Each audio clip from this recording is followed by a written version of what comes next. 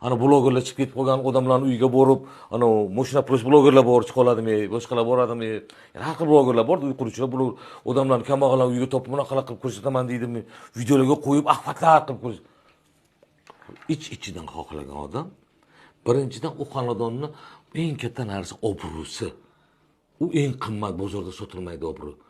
Uni mayli majburlikdan, uni bolasi bilan oldi, yig'ilib o'tirgan qizcha kichkina ikkita go'dak, xotini bilan oldi, mamnun qilib turgani o'lib ko'rsatdi. Mana shunga uy quryapmiz.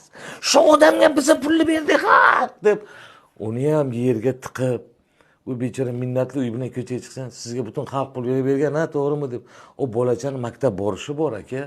U tamom bo'ldi olingan uyda o'zini bir beminnatgina uyi bor edi, ko'chada bo'lsa ham. Uni bitta qasrga tiqdilar, minnat toshi bilan o'ldirib berdilar. Bu endi erga tekkancha ham, xalq yig'ib minnat ko'paydi. Ha, xalq yig'ib bitta uy qo'yib berdi, shunda katta bo'ldi bular. Endi bular oldin ko'chada 4 ta 5 ta odam ketirib, pul berib, yordam berib, ovqat berardi. Endi bu joyga chiqqandan keyin o'zi boshladi. Ha, mazza qilib uyda yashirdi. Tursan ham ishla. U bu qancha gaplarga qolib ketdi u. Dam ololmaydi, o'tira olmaydi.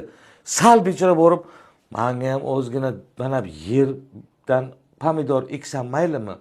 Oldin ekayotdim desa, ey noshukr, butun xalq shuncha uy qurib bersa ham, sen to'ymading sen. Sen iflos to'ymading dedi. Endi bular birovdan yordam so'rmasa ham, pas. Sen to'ymading bo'ladi. O'qishga kiramadan qilsa, sen iflos to'ymading.